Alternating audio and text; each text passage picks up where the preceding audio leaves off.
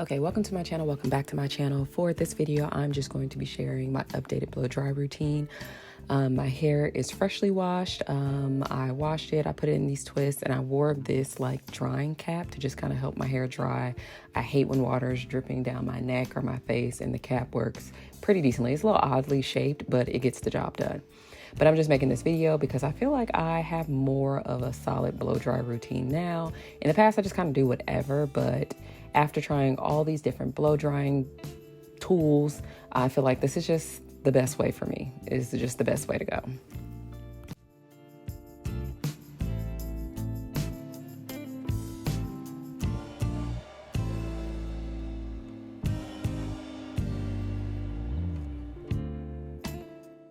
Okay, so for some of the things that I've changed in my blow dry routine, I would just say sectioning. Now, I've always sectioned my hair, but I'm just not consistent with it because depending on what state my hair is in before I wash or get to blow dry my hair, I just don't have the energy to sit down, detangle each piece, and then put it into sections and then blow dry. So I would just take it section, like just peel out a section or pull out a section from my hair that's in a bun and just go that route. And it's not always the best for me to get like to my roots and whatnot because I just get tired. I get tired, I have a lot of hair and I don't always want to be bothered. So I feel like when my hair is sectioned, I am just not as exhausted in the end. So I just have to take it step by step. Also, not doing my hair all in one day. I don't like doing my hair over multiple days just because it's just too much. I used to do it all in one day back in the past, but just taking it step by step is better. So if it rolls into the next day, it's not a big deal. It's not what I prefer, but it is better for me because I get tired. I have a lot of hair, I get tired, and it's just better for me to do it that way because I'm not half doing any steps of the process. So that's something that I just have to kind of realize. Now, when it comes to my hair and how wet it is, I think it's better for it to be maybe 50 to 70% dry before I blow dry it. I typically would just get out the shower and get the blow drying, but that isn't always the best as it takes longer for my hair to dry and I'm just there longer. I'm there longer fighting with my hair to get it dry. So I don't think that that is the best option. But sometimes it just depends on my mood. But for the most part, letting it dry beforehand is better for me. And I do like the little drying cap because one thing about me is I don't like water dripping down my face, down my neck. I just don't like that feeling. So that cap is nice. And as well as it doesn't put a lot of tension on my edges with me holding my hair up. So I do like the cap. It works well and I didn't have any issues with it. As for the tools that I use, I have tried all those different blow dryers and I ended up going back to what I initially used, like growing up, just the good old comb blow dryer. So I think that having the proper tools just works. It's cool and nice to try other things, but honestly, there is nothing wrong with this blow dryer. So I just went back to using what I used growing up and it works well for me and I don't have too many issues.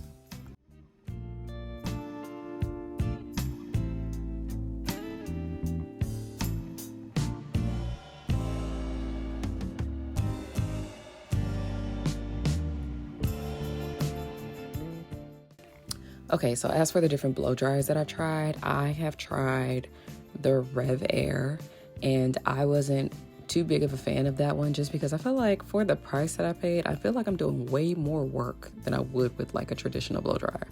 And I just didn't think it was worth it. It was kind of big and bulky, hard to store, and it just wasn't my cup of tea. As well as I didn't get the results that I feel like everybody else was saying that they got. Now, granted, that could be me being misinformed on how to use it, but overall, the other things that I didn't like about it was just too great for me to keep it. So I ended up just donating it to Goodwill. Now, as for my other blow dryers that I've tried the blow dryer brushes, so like the Revlon ones, and I like those, but I like those on other people. I like the idea of them and whatnot, but I like them on other people as it's hard for me to kind of get a grip on them when I'm doing my own hair, but I can use them pretty decently on other people's hair. So I don't think they're like a bad blow dryer. And I feel like space-wise, like they take up a similar amount of space as like a regular blow dryer with a comb attachment would. So that is one that I like, just not on myself.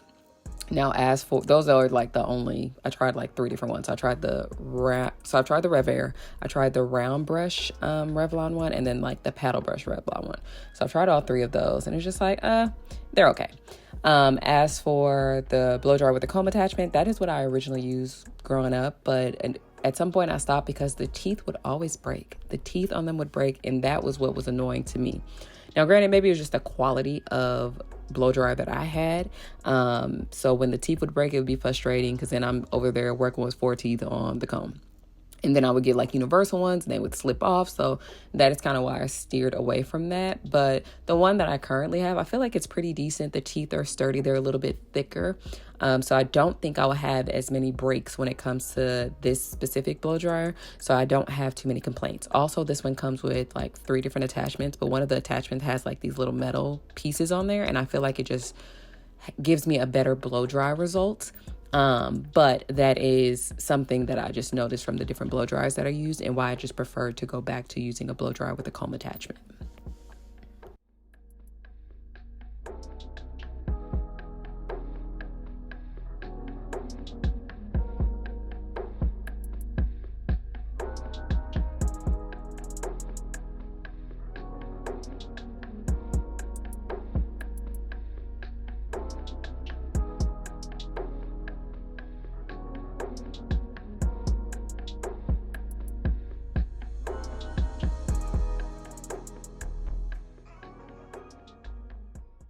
Okay, so one thing that I did have an issue with in the past was getting my roots dry.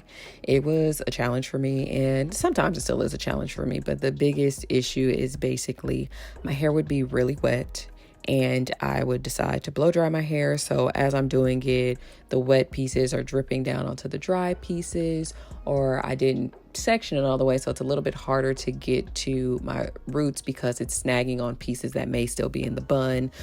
So it was just a battle for me, and I feel like a good blow dryer gives you a good press. So I feel as though letting it dry more is great for my scalp because I'm able to really get to my roots and get it more dry than I would if I just did it straight out the shower. And also, I like to go over my hair more than once.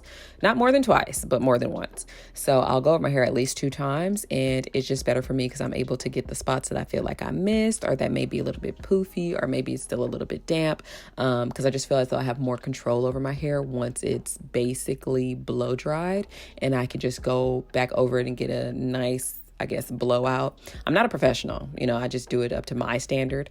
And it works well for me. I personally don't, at this point in my life, I don't go to the salon to get my hair professionally done just because I know they overcharge. They'll do things that I don't want them to do, and maybe not overcharge, or they just charge more than I would like to pay. So that is usually my struggle. So just doing it myself is just the way to go for me. And that's what I've been doing. So that is something that is useful, going over it a second time. So I will be going over it a second time. I don't know if I include clips of that because, you've seen it once, you don't need to see it twice. But the second time around is definitely better when it comes to blow drying my hair.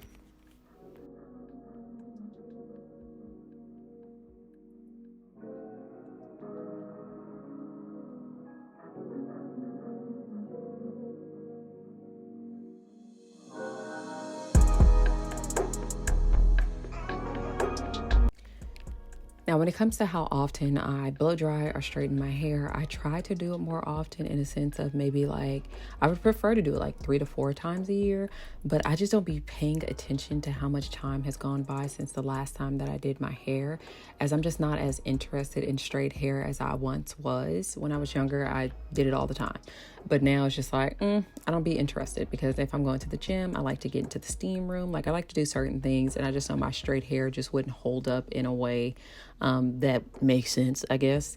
But the last time I blow dried my hair was in June, and that's when I had got some braids so that I can go to Paris, and I don't wear braids often. So it was definitely an experience. And then the last time I straightened my hair was January. And before that, I think it was October, yeah, January and October. So I've tried to do it quite a few times, but so far this year I've only straightened my hair once, and well, twice, and I plan on doing it one more time before the year ends, but the goal is like 3 to 4 times. But I've noticed whenever I do straighten it, I'll just straighten it like back to back for a couple months. But I would like to do it kind of spaced out, and the reason being is just I would like to look at my ends and keep up with my ends a little bit better. And I feel as though the only time that I can really do that is when my hair is straightened, as that is my preferred way to cut my hair. So I say all that to say that I haven't used much heat on my hair this year, but I would like to be a little bit more consistent with using heat on my hair throughout the year.